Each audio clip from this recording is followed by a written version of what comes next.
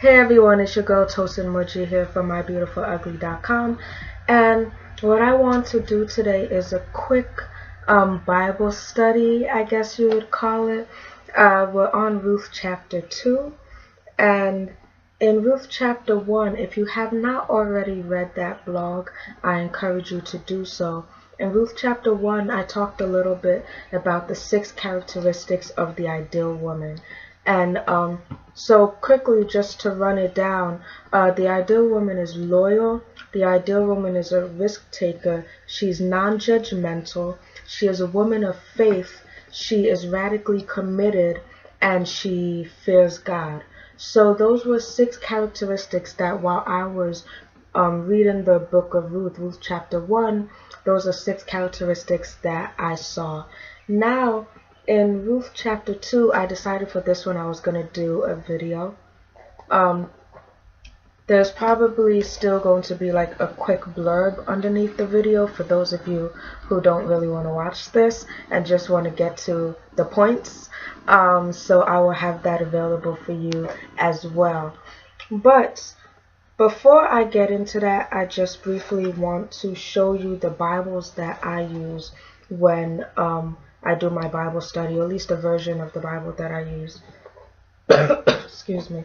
So, the first Bible that I use is New King James Version. I've had this since like high school. It's like my tried and true Bible, New King James Version. And because I mean King James, that's like the original, so I always go back to this.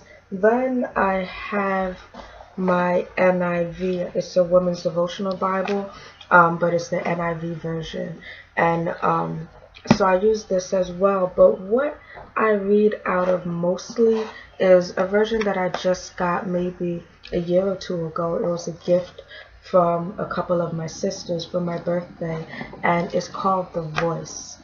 And I love The Voice because it really brings the Bible to life. If you follow me on Instagram, you would have seen, I believe it was yesterday, I posted up a picture of a page of this Bible, and as you can see, it's separated by characters. So it's almost written as like a screenplay, and this is very good for me, especially because I have always struggled with reading the Old Testament. I find it extremely boring, but when the Bible is written like a play, me being like the creative person and the artistic person that I am, it really brings it to life. When it comes to I am totally New Testament, Romans, 1st, 2nd Corinthians, basically anything that Paul wrote, I love. But the Old Testament has always been a struggle for me to get into. So The Voice is definitely the Bible that I use when I want to do that. Prior to The Voice, I was reading out of the Message, because that's also a good down-to-earth version, but I don't read that so much anymore since I found this version. But yeah, so if you're ever wondering what am I reading, those are pretty much the 3 versions that I read out of, either New King James, NIV, or The Voice. Sometimes I'll look at the Amplified version, but not too often. So yeah, let's dig in to Ruth chapter 2. And so like I said, Ruth chapter 2, I really saw 7 steps, or I shouldn't call them steps, but 7 characteristics or 7 traits when it comes to reaching success. And in today's day and age, everyone wants to be successful. Whether it is, you want the new house, the new car, the money, the lights, the camera, the action, the fame, or you just want a family, whatever success is to you, everyone desires it, everyone wants it. But how do we reach it? And in reading Ruth chapter 2, I really found ways to really obtain the success that we all desire.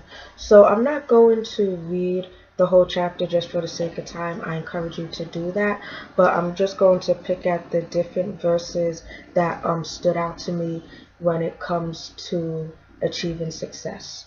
So let's just start at the beginning. I guess I will read from the Voice, so you guys get a feel for this version.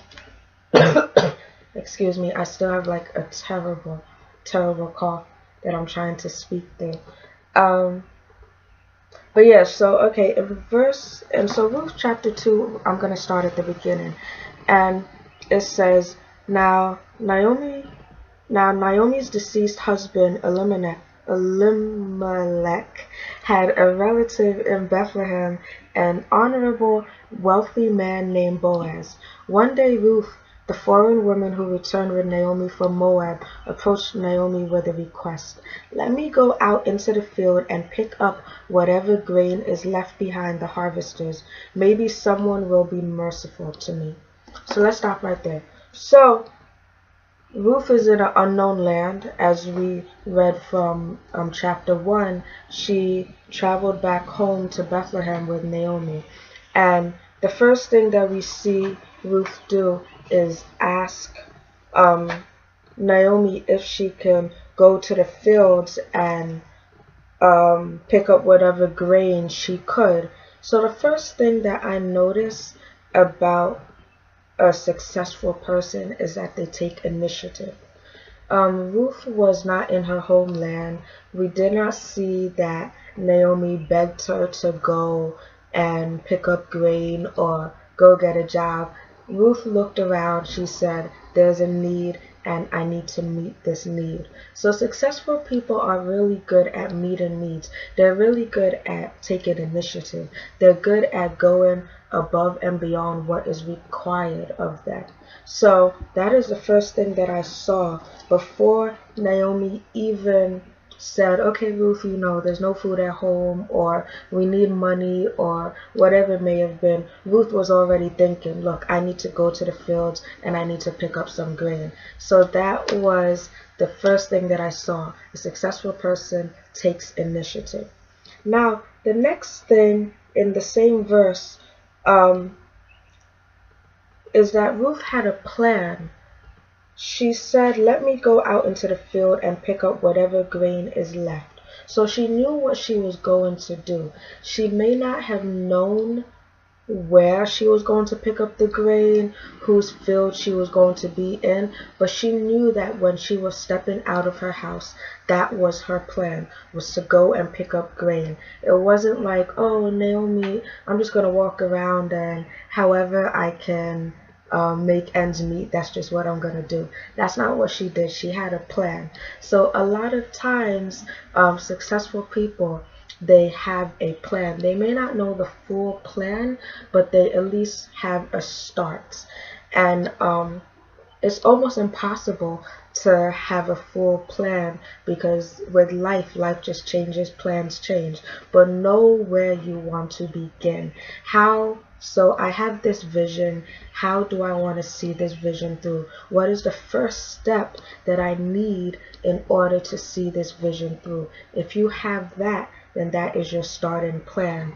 And so that's the second thing that I saw that Ruth did. After she took initiative, she saw a need that needed to be met, and then she came up with a plan that was going to meet that need. So as we skip down a little bit to verse 6, I see the third characteristic, or which is humility. Ruth was very humble. It says here, verse 6, she is the Moabite woman who came back with Naomi from Moab. She came and asked my permission to pick up the grain our harvesters leave behind and gather it all into sheaves for herself. Except for one small break, she has been here all day, working in the field from the morning until now. So what I want us to really notice is verse 7, where it says, she came and asked my permission to pick up the grain our harvesters leave behind. So in the NIV version, it says, she said, please let me glean and gather among the sheaves behind the harvesters. She went into the field and has worked steadily from morning till now, except for a short rest in the shelter. So she was humble. She did not, a lot of times I see people who just assume that things are going to be given to them, and that's not how life works. Ruth didn't come into this field and say, hey, I'm new here, I'm just going to pick up some extra grain. She asked permission. She saw that, okay, who is in charge of this field? Let me see if they will allow me to pick up these grains. And that really shows humility. Like, she did not feel that she was entitled. She did not feel that she was entitled. And I see a lot of people, some of the issues that people reaching for success have is that they have a sense of entitlement, that, oh, I should be here because I sing this way, I should be here because my business plan is the best, I should be here because I'm beautiful, I'm whatever it may be. They have a sense of entitlement, and that is very faulty when it comes to, it may last, it may work for you, but it won't allow you to have that longevity that you need. So the third thing is that she was humble. She showed humility. She asked. So she saw a need. She came up with a plan that was going to meet the need. And when she was around people that can allow her to meet that need, she remained in an attitude of humility. She was not boastful. She did not brag. She did not think of herself highly than she ought to have. She didn't just go into the field and just take over. That's good. She didn't just take over. A lot of people just like to run things. No, sometimes it's okay to take a step back, take a seat, and learn and show that you are humble. So yeah, that's the third thing that I saw.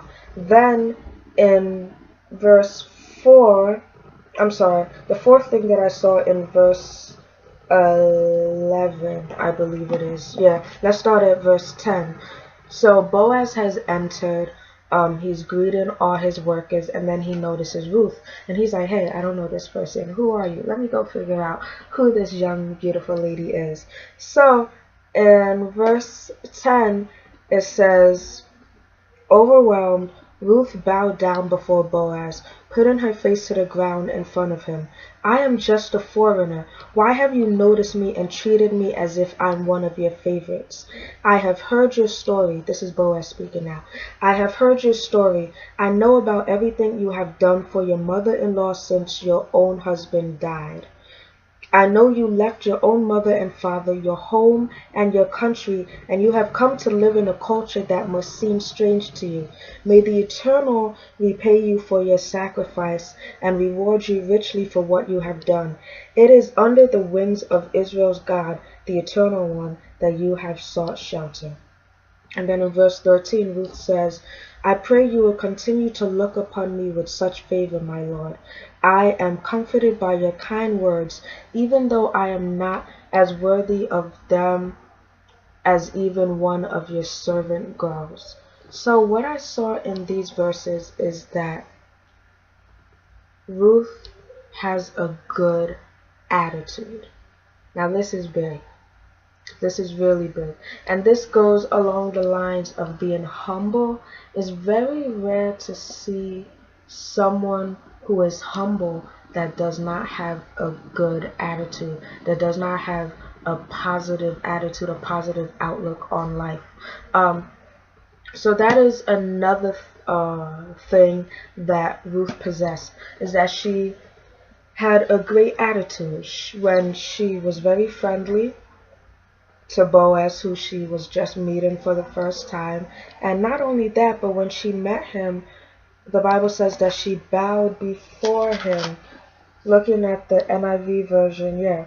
She bowed down with her face to the ground. She exclaimed, why have I found such favor in your eyes that you notice me, a foreigner?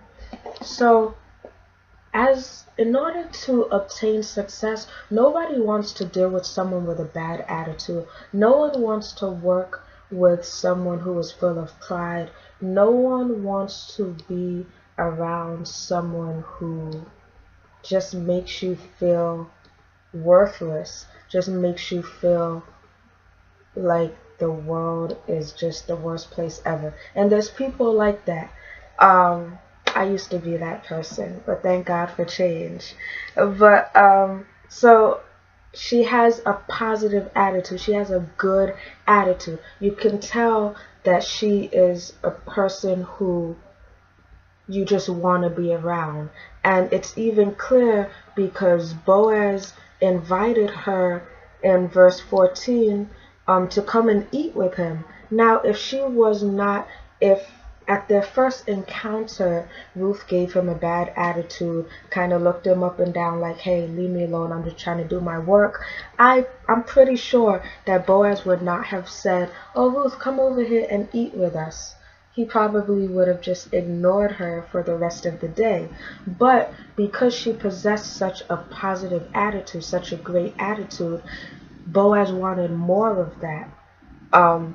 So that is very important when it comes to being successful, is you need to be a person who not only is humble but has a great attitude, that your spirit just shines through when people are around you. And it's something that a lot of us still need to work on. Yes, we have our bad days. Yes, we have our days when we don't want to talk to anyone, we don't want to be bothered with anything, but it is very important to always possess that positive attitude, always exude joy and happiness, because when you're a happy person, when you're a joyful person, when you are a person that people want to be around, you just, things happen quicker for you. Things tend to happen quicker for you. There are many people who may not be as talented as you may think you are, but what they do have is they have a great attitude. They have a personality that everyone wants to be around. So that is very important when it comes to attaining and achieving success, is you need to be someone that people love. So moving quickly, the fifth thing that I saw is, which one do I want to go to next? I'm trying to see. Okay, the fifth thing that I saw is that she was a hard worker. So I saw that in verse 7 where it says, except for one small break, she has been here all day, working in the field from morning until now.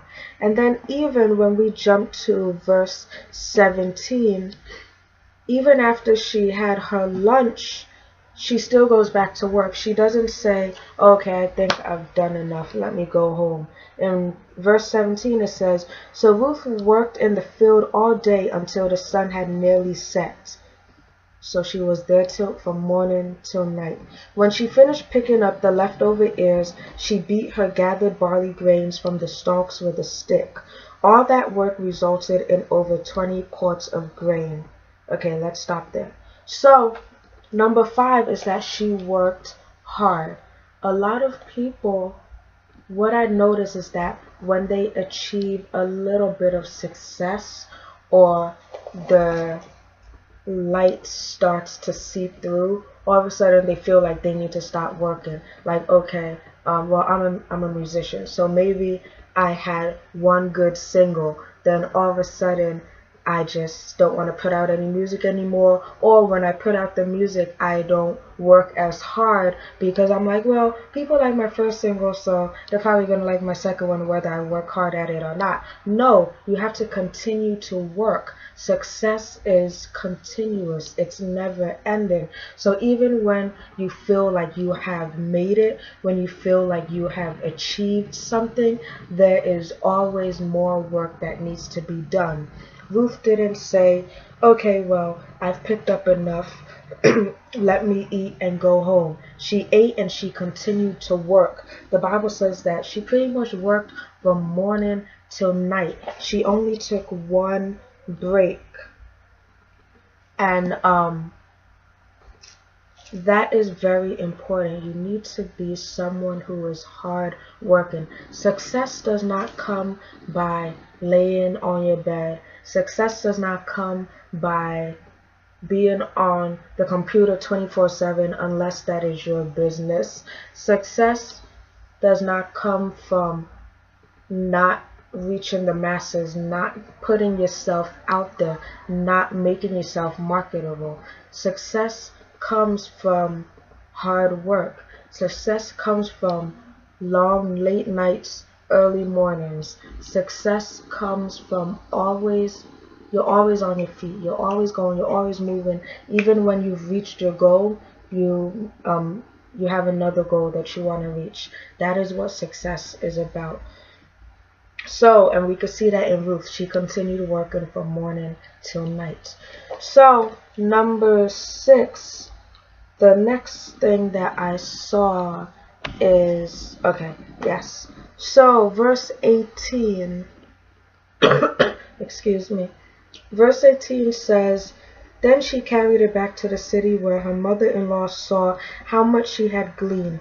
Ruth took out the leftover food from what she could not eat of her midday meal and gave it to Naomi. So the 6th thing that I see is that she is generous. So Naomi had her lunch. She couldn't finish her lunch and she put it aside. When she got home, she gave it to her mother-in-law. She gave it to Naomi. A lot of us, when we don't finish our lunch, we eat it for dinner. And that's not what you need to do if you are trying to be successful. You need to share your wealth. You need to share your blessing. You need to be generous. A lot of people who are successful, you hear about charities that they give to or different events that they participate in. They show that they are generous people. They show that they are giving people. One of the most, I would say, generous people on this earth, Mother Teresa, she was just extremely successful, and because she gave, that is how she became well known, because she was a giving person.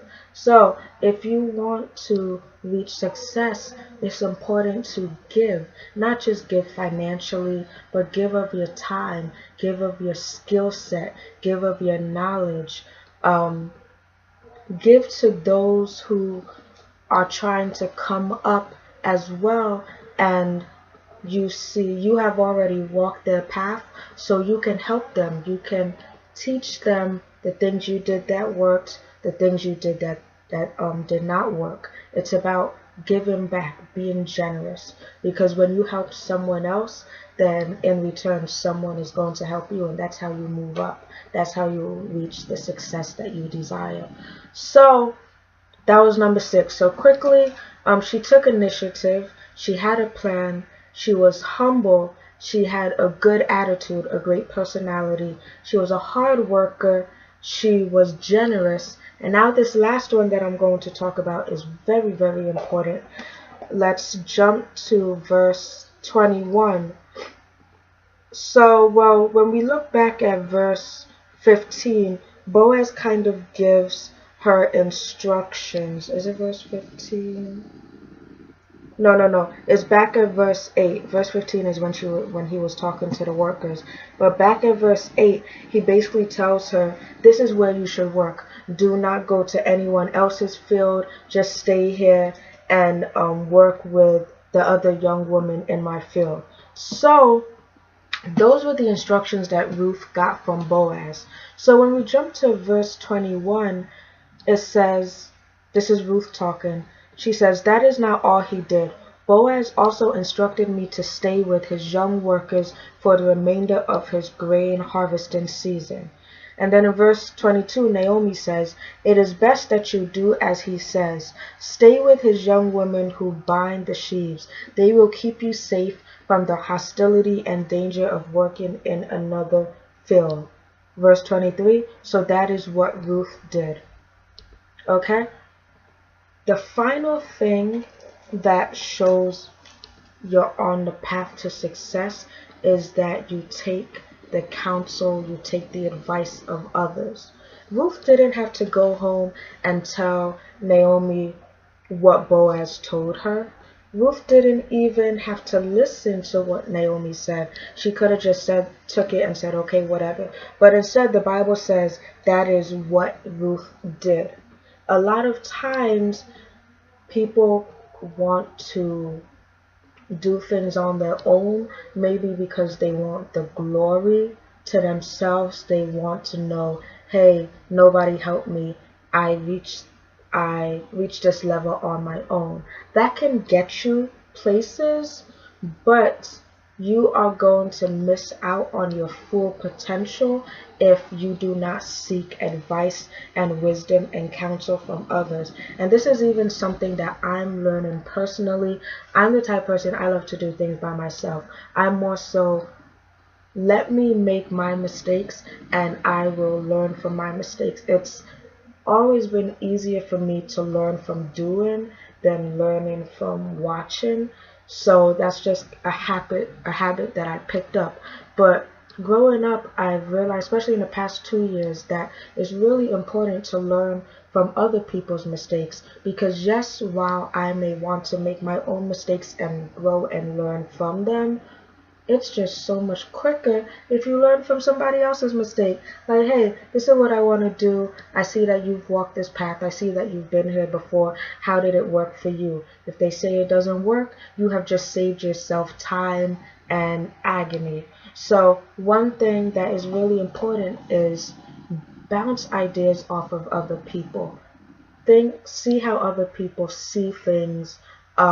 Listen to the advice of others. Godly advice, godly wisdom, godly counsel is very important. Make sure you have a mentor, someone who you look up to that may be in the business that you're trying to break into, that may be in the industry that you're trying to break into. Whatever it is that you are trying to be successful at, find someone who has already walked that path.